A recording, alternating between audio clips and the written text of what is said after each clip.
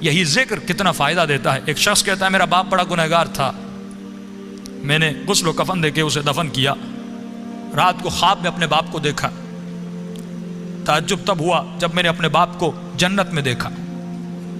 میں نے کہا بابا آپ تو بڑے گنہگار تھے، آپ تو بڑے خطا کار تھے، آپ جنت میں کیا کر رہے ہیں؟ اس نے کہا میرے لال 3 دن تک میری قبر میں آگ جل رہی تھی، 3 دن تک مجھ پر فشار قبر عذاب قبر میں مبتلا تھا، لیکن 3 دن کے بعد کچھ قبریں چھوڑ کر ایک نیک خاتون کو دفن کیا گیا، جس کی آنے کے بعد پورے قبرستان میں جن جن پہ عذاب ہو رہا تھا ان پر اللہ کی رحمتیں نازل ہونے لگیں۔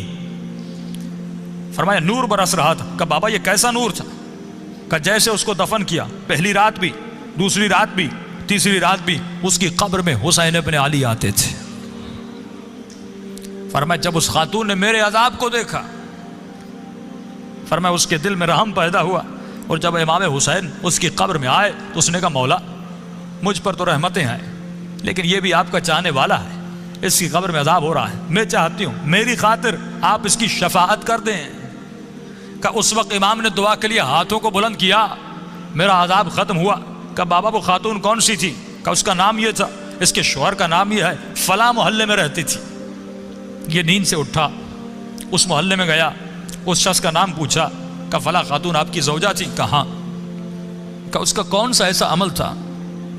کیا وہ بہت زیادہ نمازی تھی؟ کہ نہیں، صرف واجبات پہ عمل کرتی تھی۔ کہ بہت زیادہ قرآن پڑھتی تھی؟ کہ نہیں، مختصر قرآن پڑھتی تھی۔ کہ کوئی ان کا خاص بہت زیادہ ذکر تھا؟ کہ نہیں، ایک عام سی زندگی گزارتی تھی لیکن اخلاق کی اچھی تھی۔ اس نے کہا اتنا پوچھ کیوں رہے ہو؟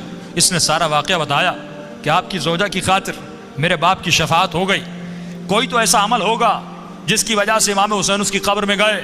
تو فرمایا ایک عمل تھا جو کثرت سے کیا کرتی تھی۔ کہ وہ کون سا عمل تھا؟ فرمایا روزانہ زیارت عاشورہ پڑھا کرتی تھی۔ یہ مقام اذکرونی اذکرکم ہے کہ ہمارے چاہنے والوں تم ہمیں یاد کرو، ہم تمہیں یاد کریں گے۔ اللہ کہتا ہے تو 1 قدم ہماری طرف آ، ہم اہل بیت 10 قدم تمہاری طرف آتے ہیں۔ یہ قدم کردار کے اٹھانے ہیں، یہ قدم رفتار کے